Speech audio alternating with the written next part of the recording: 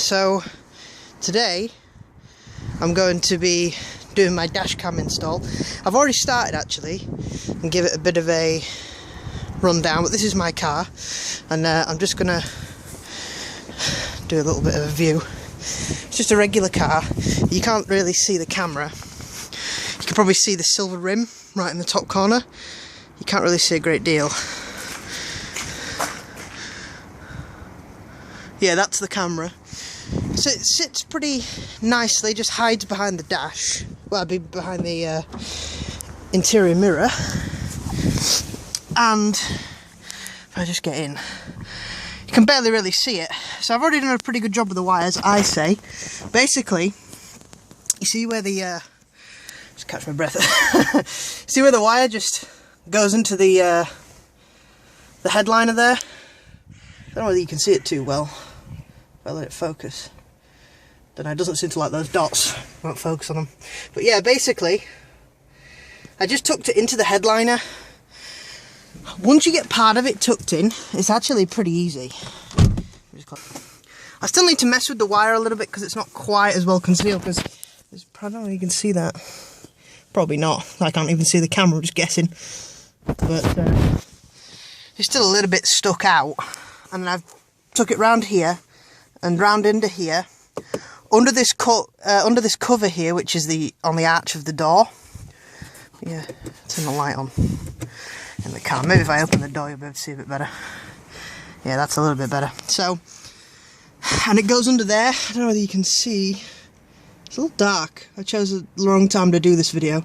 But yeah, there's a wire in the corner, and it goes into here. You can just see it, and that's probably the best I'm going to do because it's really tight. I think there's a clip for the headliner right here, so it's like really tight and I can't get anything underneath it. So, and then I ran it down here, just sort of around under this pillar, and then inside the door trim, because if you see this rubber trim here, I don't know whether you can see inside there, probably not, but there's like literally a couple of millimeters cavity that runs inside this, and it's great for hiding wires in. So I just hide the wire all the way down here, and then I've got to this point, which I'll show you once I get out of the car. Hopefully it's not windy, so it won't make a lot of noise. Sorry about that. And then I tucked it under here, and obviously because I can't get to the door trim, because the like the dashboard just ekes onto it a bit, I just had to tuck the wire in. As you can see, I've not actually finished, but I'm just pushing it in, and I found a great tool to help me do that, and it's this thing. And these are like you know, pry tools that you get with replacement screens and things for phones or electronics in general on eBay. You can actually buy them on their own off eBay, and they're really cheap. These really help with it. In particular, if you just bend the little notch off the end of it so it's flat, and then use this end, sorry, see the flat end here? If you use that end to push onto the door seal, like that, because if you use this end, it scratches the door seal and it looks a little bit rubbish. So I decided not to do that, so I'm a bit of a perfectionist. So I'm just basically just pushing this in, like so.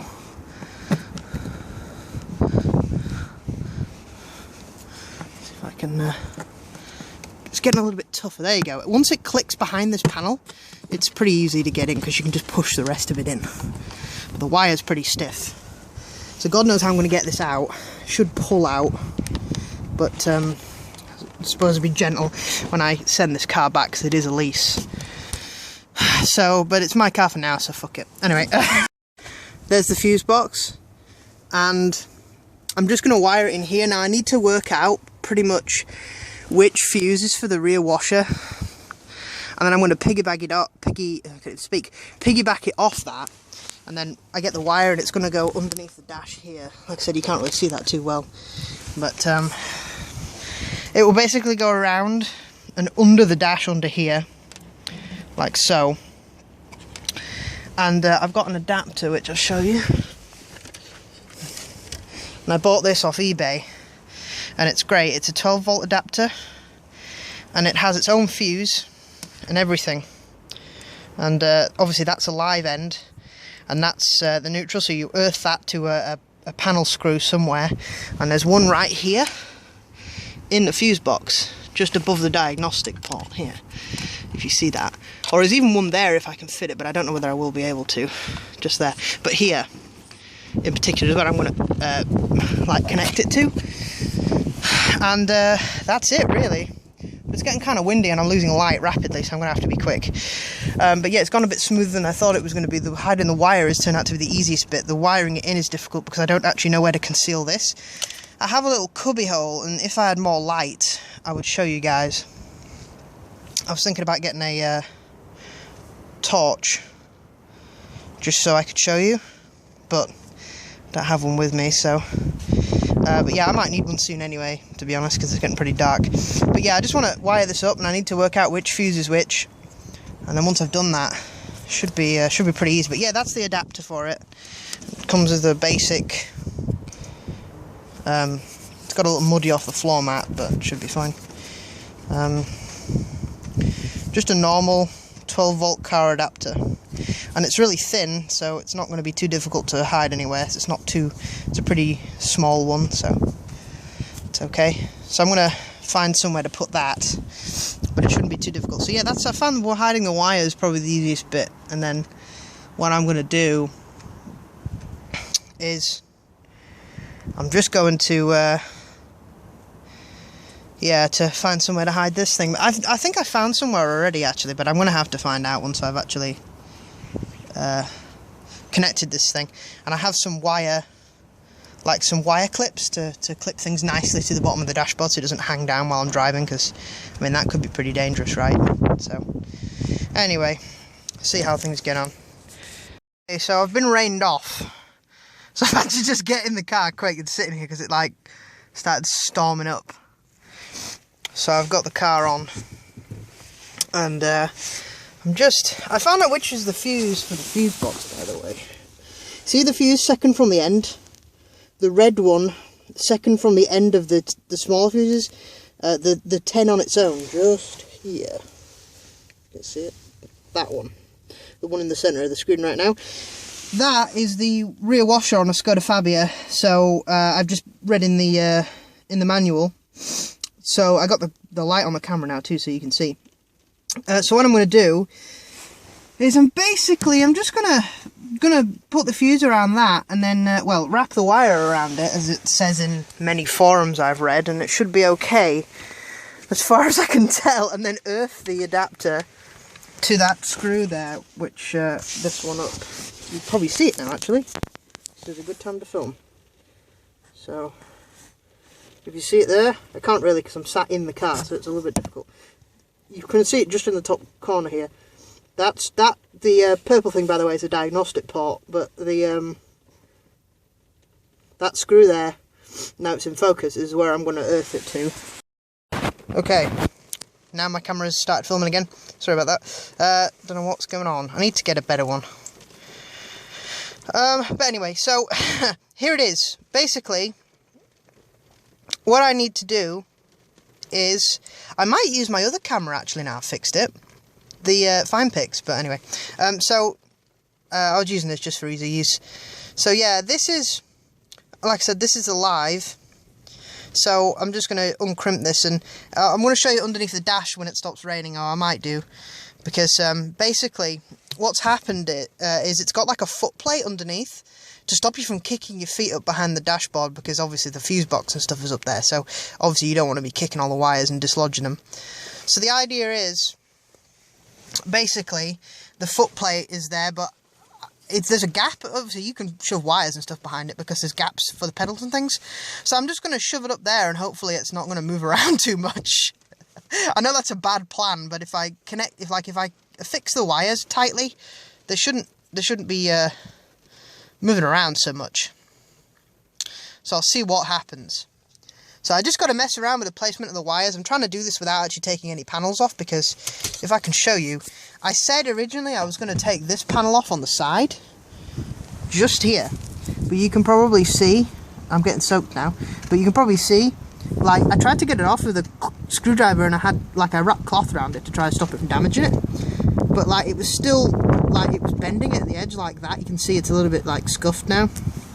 It's a little bit bent, and obviously now it's not noticeable, so it's okay, it's not a big deal. But I didn't want to damage it anymore because I was really like flexing it trying to get it off, and it really didn't want to come off. So I don't know whether this panel is supposed to come off when it's clicked on or not, but I was going to try and get it off and just see what happened, but I'll see if I could. But yeah, I couldn't do it because it was a little bit too, you know, a little bit too stiff, so I didn't want to break anything. So I just decided to leave it as it was. But apart from that, the wiring's come out pretty good. Let's see if you can see this now I have the light on. Don't know. Yeah, just there on the trim. I just shoved it under there all the way along here. And then down there and into the camera. Just there. You can probably see. It's a GS9000, by the way, the camera that I'm using. It's a Blackview GS9000. This is the box. So see what happens. It's a fairly decent camera for the money. I mean, it's only 40 quid and it's got a G sensor and stuff. I stayed away from the GPS version because number one, I've seen on Dashcam forums there's a lot of problems with it.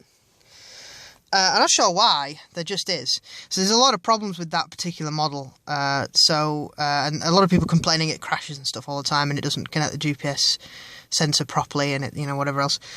And not just that, but it's really expensive too. And to be honest, I can't see why you would want a GPS sensor in a camera to tell you where you have driven. The only time I could see it being useful is if it's in like a pool car or at work, or like even then if it was in a car like mine that people borrow a lot. And then you could see where they have actually been driving and verify if they have driven it or not. But even then, you could just do that by clocking it, because you can see I only got 4,000 miles on the clock. 4552. So, I don't know. It's kind of weird. So yeah, so it's gone pretty well. I don't know, can you see that now? Yeah, that's the only bit where you can actually see wire. So it's come out pretty well, and if I try and squash that anymore, it's really not going anywhere. So I'm just going to leave it as it is there for the minute. Like I said, I don't actually think it's going to go anywhere for now. So I'm just going to leave it. So yeah. So that's unfortunate, but there you have it. That's the way of the world, I suppose. But yes, it's not too bad. It's not noticeable, so that's pretty good. So I think I've done a good job with hiding the wire. Like, the wire goes all the way along there. You can't see any of it. So I think I've done a good job with that. Now it's just wiring it in and hoping the rain outside stops before I actually, before I run out of time. And just look at how bad the rain was, just from opening the door for that short time for the video. Like, the door is soaked. So I'm just gonna, hopefully, I'll get this done today. But if not, I know which one the fuse is now, so it's not too bad. And I'll just hook some power off that and see what happens. Obviously, it's got to be something non-essential. Like, I don't want to hook it off, you know, something stupid. Like, you know, the airbags, for example, like, because that could be dangerous. I mean, if you have a crash, you know, and the airbag doesn't have enough power to fire, and the fuse blows, I mean, it could really injure you. And I know airbags do injure people sometimes when they go off, but they do more good work than they do bad work, you know, they protect you more than they hurt you. So, you know, really, I don't want to be messing with airbags and things, because there's two airbags actually in this car. There's a passenger and a driver, so I don't want to be, I think there's a curtain airbag too. Oh no, there isn't actually, not in this car. Usually if they have a curtain airbag, it says airbag on the pillars here. Because my dad's does. What does that say? Does that say airbag? No, it's blank. So yeah, it doesn't have any. Usually if it has an airbag, it says it on the panels here, if there's an airbag in there. So my dad has them in his car, but his car's more high-end than mine, so. Nice car for a first car though, I love it. So, it's a great car. But yeah, I'm just gonna, it's got a nice little, by the way, I just thought I'd show you this while I'm waiting for the rain to stop. I have a nice little sat-nav system and stuff in with a touchscreen, so it's real nice.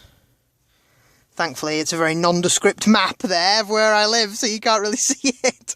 And that street, by the way, is not where I live, so it's like the street behind mine. So, and it always shows up my street with the street behind mine. I don't know. Maybe it's GPS location, who knows. But anyway, So that's it really.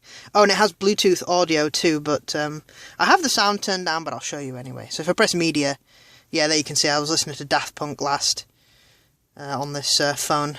So just gonna put the radio back on. Oh, and it has the it has Bluetooth audio, but it has yeah, it has the Bluetooth hands-free too. So yeah, it's a nice little system, and it's got aircon as well, which is always good for the summer, and front electric windows. So it's a pretty nice car. I love it, but it's enough. It's enough bragging, I suppose, for now. I'll try and get this camera connected up, and we'll see where we go from there. Okay, so the first thing. Now, I've been using this for a while now, this Dashcam, and it likes to randomly turn off like there's a loose connection somewhere. So, I'm guessing it's... I'll just pull this panel off. I'm guessing it's here, where it plugs into the fuse box. So, that's the entire thing, and how I've got it set up. So what I want to try and do, it's definitely not here, because this is a really tight connection. So, oh, here, should I say. So, what I want to do is, I just want to make sure that I'm got this in a really tight connection. So, what I bought is, I bought one of these. It's basically, hold on, if I get the envelope open. Can't even get in there. What's going on? It is in here somewhere. It's hiding. That's the wrapper for it. Why do I do this? I opened it, pre-opened it for the video and everything. There we go. It is basically a piggyback fuse, so you can piggyback off of another fuse, which is quite interesting. So you put a fuse in here and a fuse in there, and off you go, essentially. So what I'm going to do is, basically, I'm going to get this, and I'm going to connect it here to the rear washer. I'm going to crimp my camera's connector, so this wire, onto here, and I'm going to go from there, basically, and then see what happens. Okay, so here's a quick overview. I have my Dashcam installed. You can probably see, total sum of visible wires is these two right here, and they come out of the fuse box, and there's a handy little gap in the cover just there, where you're meant to put your hand in to pull it out, and that's it. And I have the adapter, you know, for the camera that I wired in on this foot plate here. Don't know whether you can see it so well. Hold on. Just put a light on. Okay, maybe you might be able to see now. Okay, so if you just look under here, yeah, there's a foot plate under there to stop you from kicking up behind the dash, and it's literally under there. And as you can see, you can't actually tell it's there. The foot plate hangs down a little bit anyway, so it's not actually suspended on anything, it's just literally clipped on. So it does hang down a little bit anyway, so it's not a big deal. And then the wire goes under here, underneath the dash, and then around this side here, all the way up here, and then from here it goes in this door seal, okay, and then it goes up here and under this plastic thing on the arch here. So if I just climb in, hold on. Got a whole bunch of stuff on the seat here.